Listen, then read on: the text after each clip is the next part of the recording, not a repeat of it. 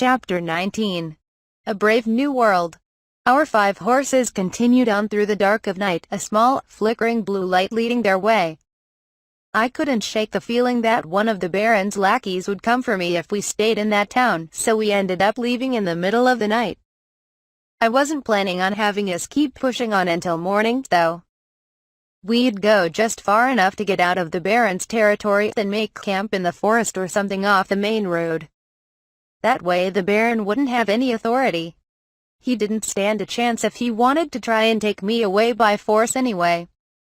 We had the brave and honorable brother of a king, the hero who saved her country and wielded a legendary blade, 2 fanatics willing to throw their lives away if it meant protecting the goddess. A legendary sword and knife between them all, and a goddess herself. Even if the Baron mustered all the troops he had available, they wouldn't last even a few minutes. The light we were following was that chemical you could find in glow sticks and stuff, just with the brightness turned up to 11. I added a reflective plate to that and voila, now we could light up the way in front of us. We weren't really in a rush to get anywhere, so it was plenty bright enough to get us to the next town at a leisurely pace. I tried using a gas lamp, or, more accurately, a carbide lamp, to try and keep with the feel of the world, but gave up when Ed showed some, slight resistance to the idea. Youch. That's hot, Missy. What do you think you're doing back there? The horses all bristled at me for trying to use the gas lamps, so there wasn't much I could do about that. All you had to do was fill a container with calcium carbide and water to make a gas lamp.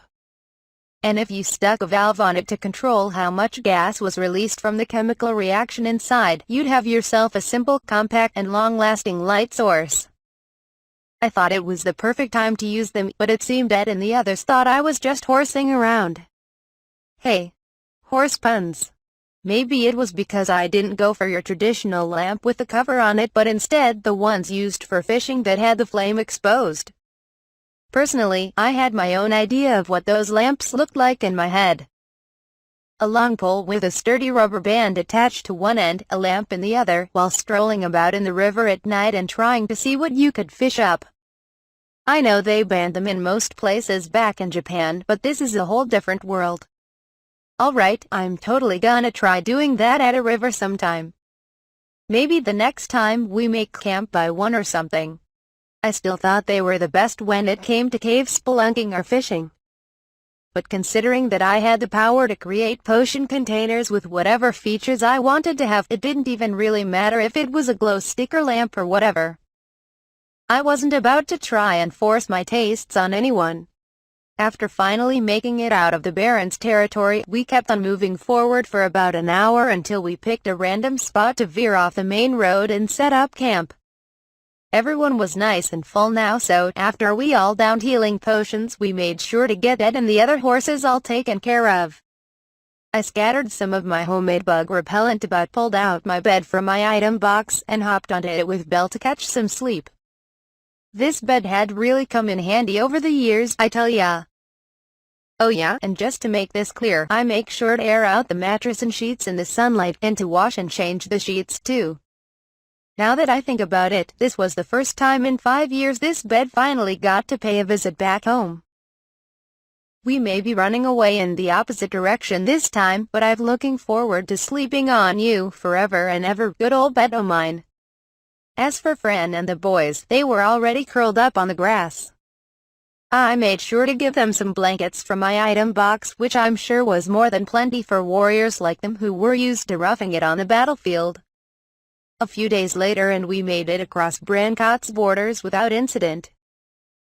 We were now in the country of Drizzard, a country to the northeast that shared a border with Brancot.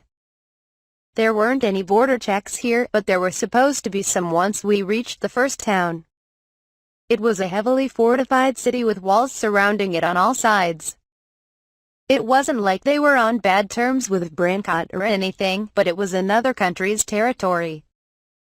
The walled city of Salinas, a place that housed a decent amount of soldiers and acted as a stopping point for trade and business. Drizzard was the first country we reached after a long string of roughing it outdoors, so I wanted to stay in a city for a good few days and study up on what Drizzard is like. It said whoever controls information controls the world, after all. Roland and the others may have been well versed on the 4 countries that surrounded Balmore, but not so much for anything outside that range. That was to be expected, really.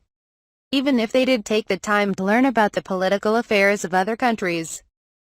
It wasn't like they could go in person themselves, so they wouldn't have much of a chance to get any kind of fresh info. The same went for the other countries as well. Roland was fairly well known in his own country and the one surrounding it, but here he was the brother of some king from some country that didn't really have anything to do with them. People may know the names of the royal family, higher-ranking nobility, or military officials, but anyone else may as well be a nobody to them.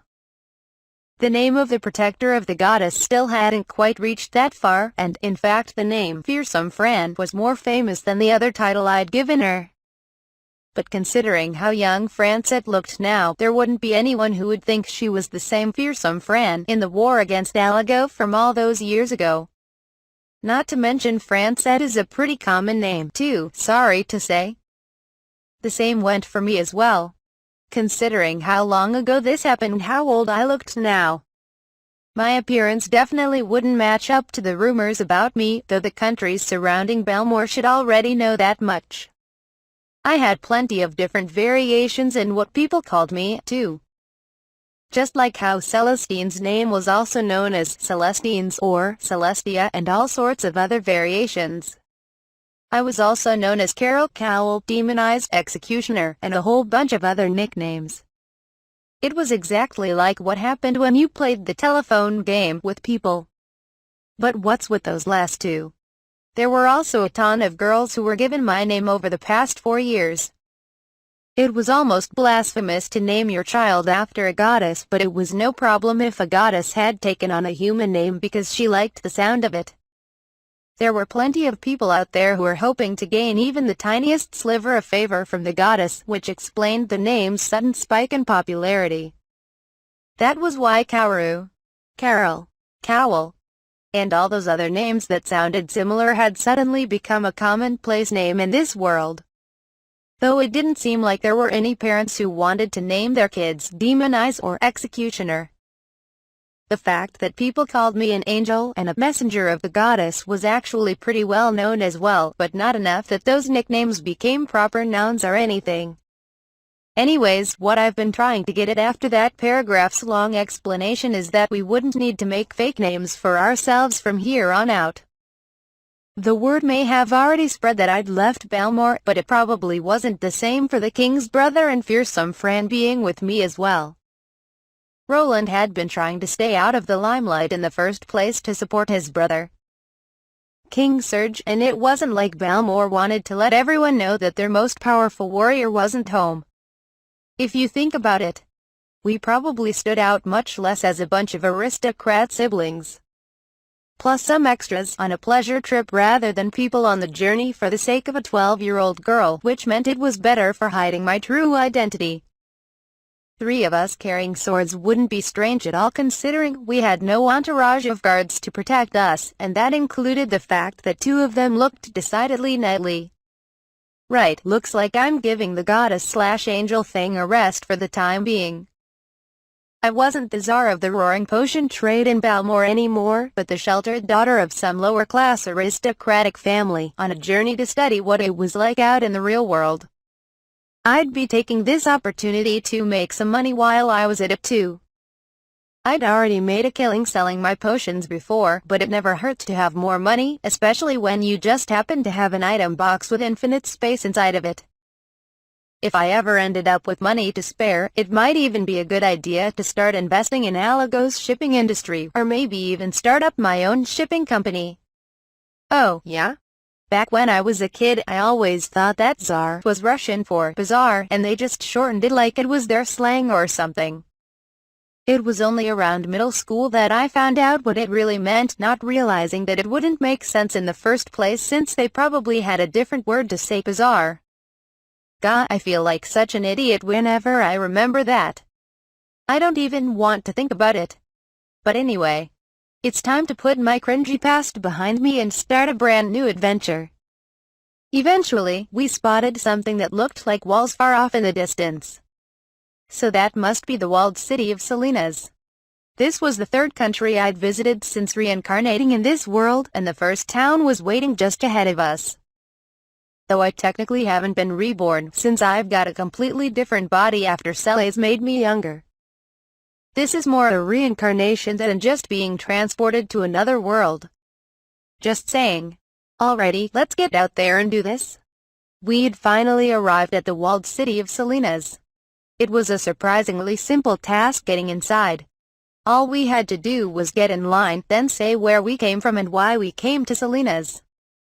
It wasn't like they could do a thorough background check here, and they couldn't afford the time to conduct one either. They'd just make sure to check the wagons for taxable items and take any obviously suspicious people to the guardhouse to see if they looked like any of the wanted posters they had on hand.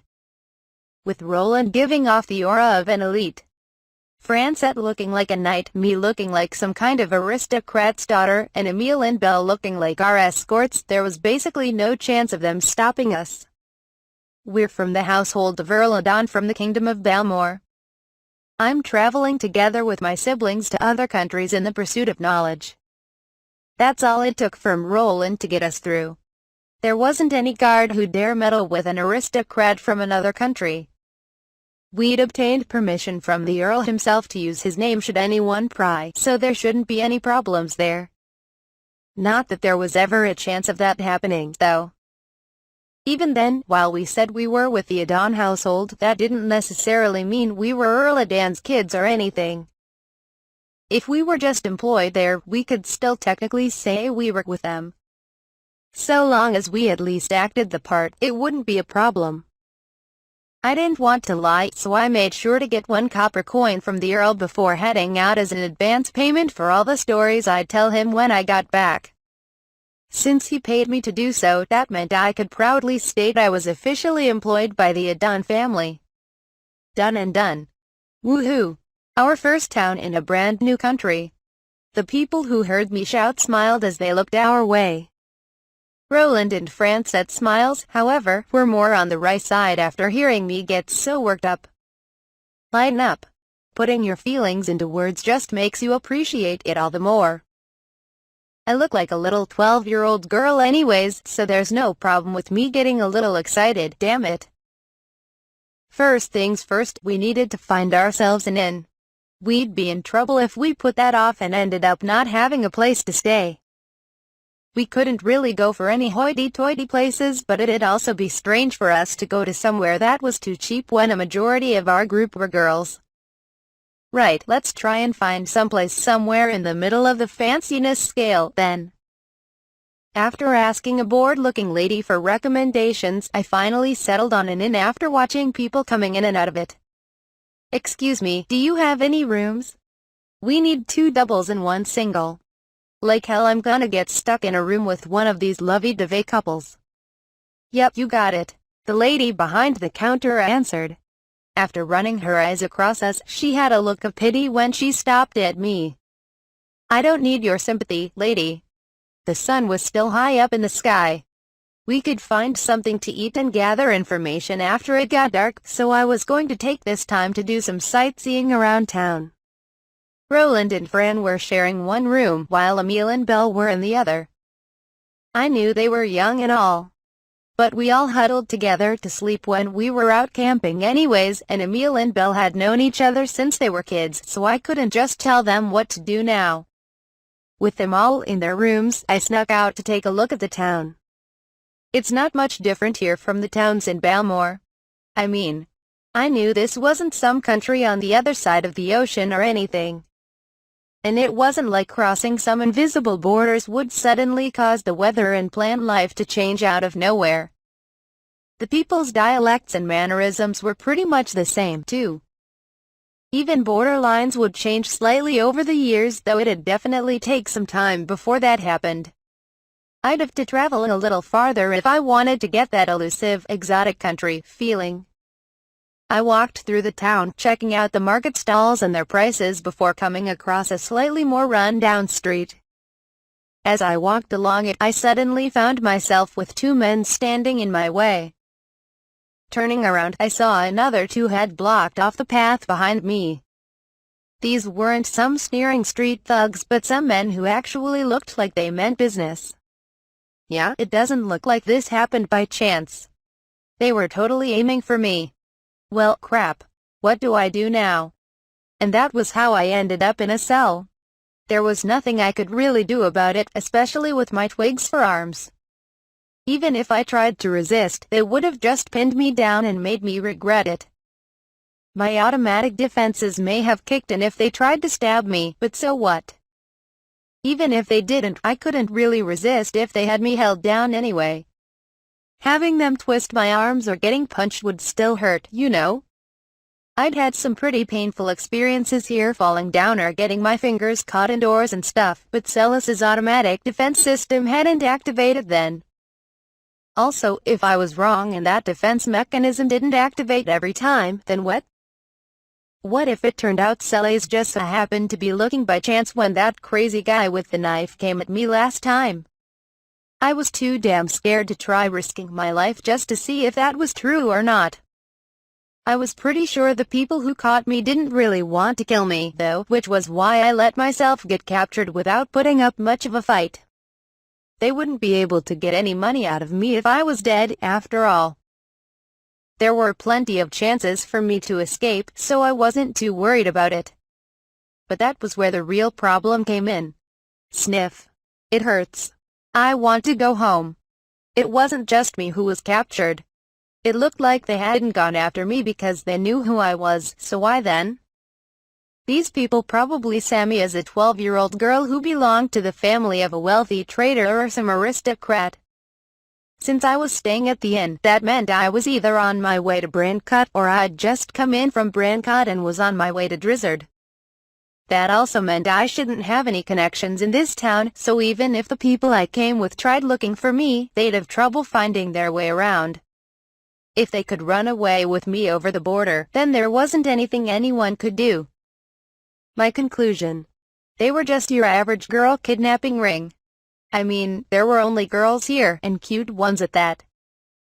If they only went after the prettiest girls, I couldn't be too hard on them, since that must be the reason why they went after me. Yep, definitely that. But it's not like I'm happy over being kidnapped because they think I'm cute. Seriously, I'm not. What's wrong? Back at the inn, Roland and Francette had left their room to meet up with everyone for dinner. It was then they'd found Emile and Belle standing outside the door to Kauru's room. Well, no matter how much we knock, Kauru won't answer. Emile said, hastily correcting how he called Kauru. Even if it looked like there was no one around, you could never be too careful. She's either sound asleep, went to the bathroom, or is already on the first floor eating. I say we head downstairs for now, Roland said, heading for the staircase. They couldn't just break down the door to check, so the other three reluctantly followed after him. Have you seen the girl who came with us? Roland asked the lady running the front desk on the first floor. Oh, the little raven-haired girl. She left as soon as she got her room. What? Not only did Kauru like to eat, she was quite a stickler when it came to money as well. There was no way she would pass up on dinner after paying for it along with her room. Even if she did go out for a stroll, she'd have been back by the time evening came around. That was just the type of girl she was, and everyone knew that well. If she wasn't back by now, that meant she was in trouble. We're leaving. Roland slammed his key down on the counter, followed immediately after by Emile. They only had those two keys between the two groups, so the girls ran right out of the inn after them. What to do? What to do? It seemed they'd brought me to a secret room inside one of the rundown houses in a poor district. A corner of the room had been sectioned off and made into a cage where they were holding me and three other girls. They looked to be anywhere from 5 to 10 years old. I know I'm over 20, but I don't want to hear any snide remarks about that. By the way, I dedicated the day I arrived in this world as my 15th birthday. I make sure to celebrate it every year by myself. People would ask how old I was if I invited them, so I kept my birthday a secret. Putting that aside for now, I should probably figure out what to do about this. While this place was a bit on the small side, it was split into two separate rooms. At the bottom of the stairs was a room with a fairly large table, about 5 or 6 chairs, a shelf, and several wooden boxes spread out everywhere. Half of the room we were in was this holding cell made up of a lattice of sturdy wooden bars, while the other half had a small table and a single chair. Beside me and the group of kidnapped girls, the only other person in this room was a guy acting as a lookout. He was currently spacing out in a chair outside our cell. Before I could start thinking about what to do next. Ow. Sniff. It looked like they'd been pretty rough with the girl, who was probably about 5 or 6 years old when they captured her, seeing as she was holding her left shoulder in pain. She was practically a kid. I couldn't just ignore a cute girl in pain. Oh, but that didn't mean I thought it was okay to ignore girls who weren't cute. I'm serious here, come on. Anyway. Eek. I slipped a hand into the collar of the girl's shirt and began rubbing her shoulder while creating a healing potion in the palm of my hand. I placed my other free hand on top of her clothes and made a flicking motion toward the guy sitting outside the cell. Pain, pain, go away. Ah, the man let out a scream of pain. Go away. Oh, go away. Arghhh. The man jumped up from his chair, face flushed, and screamed at me. What the hell did you just do? He looks like that surprised him. I'd only sprinkled a bit of potion on his body that caused an excruciating amount of pain, is all. Who, me? I didn't do anything, honest. This girl looks like she's in pain, so I thought I'd say a little magic charm to try and take her mind off it. See, just like this. Pain, pain, go away. Gah. Stop that. If you don't then. The man gripped the hilt of his sword. There's also one called sword, go away, as well, I said, a smile on my face. That one makes anyone who tries brandishing a sword have it thrust back into them instead, painfully. Oh, he ran away. It doesn't hurt anymore. The girl looked up at me blankly before breaking out into a big smile. Yep, I'd say a smile is one of the best looks a girl can wear. What's going on in here? The apparent leader of the kidnappers shouted as he burst into the room.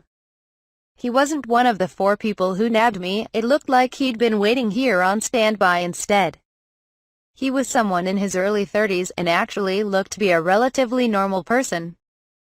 Well, that's not too strange, I figured.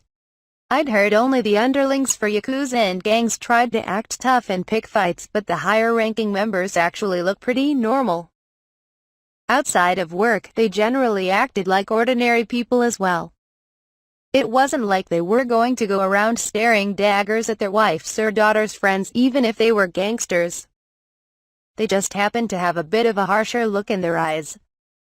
Actually, let's just stop talking about people with harsh looks in their eyes. It's not like I'm one to talk. Damn it. The leader guy was the only one to come into the room. The lookout from before was probably too scared to come back, I'd imagined. Nothing's going on, really. The man sitting there was sleeping when he suddenly jumped up and ran out of the room. I balled up my hands and brought them in front of my mouth as I said that. It was the most cutesy, innocent, childlike pose I could think of, and I'd always wanted to try doing it at least once when no one I knew was around, of course. I didn't even want to think of how much they'd make fun of me if they saw this. Probably that it totally doesn't suit me, or it's creeping me out, or something. Shut up, me. That damn idiot sleeping on the job, the leader angrily muttered to himself before heading back into the other room. Yep, that's the way. You guys go on and start fighting in the other room. Is anyone else hurt? The 2 other girls besides the one I still had in my arms shook their heads. You don't have to worry about a thing. Help will be here soon enough. It will. A girl around 10 years old looked up to me and asked. Yup. All we have to do is sit back and wait. Hey, do you want to play a game? The rules are super easy, so you should be able to get them right away. It'd be pretty easy to call for help if I really felt like it. If If I made another huge explosion like I did during the war with Alago, or created a pillar of golden clouds rolling in France, that should catch on right away. But it was still a little early to be resorting to those. The main culprits hadn't shown their faces yet, after all. The ringleaders pulling the strings and controlling the group kidnapping cute girls. Note that I'm absolutely remembering to keep the word cute in there.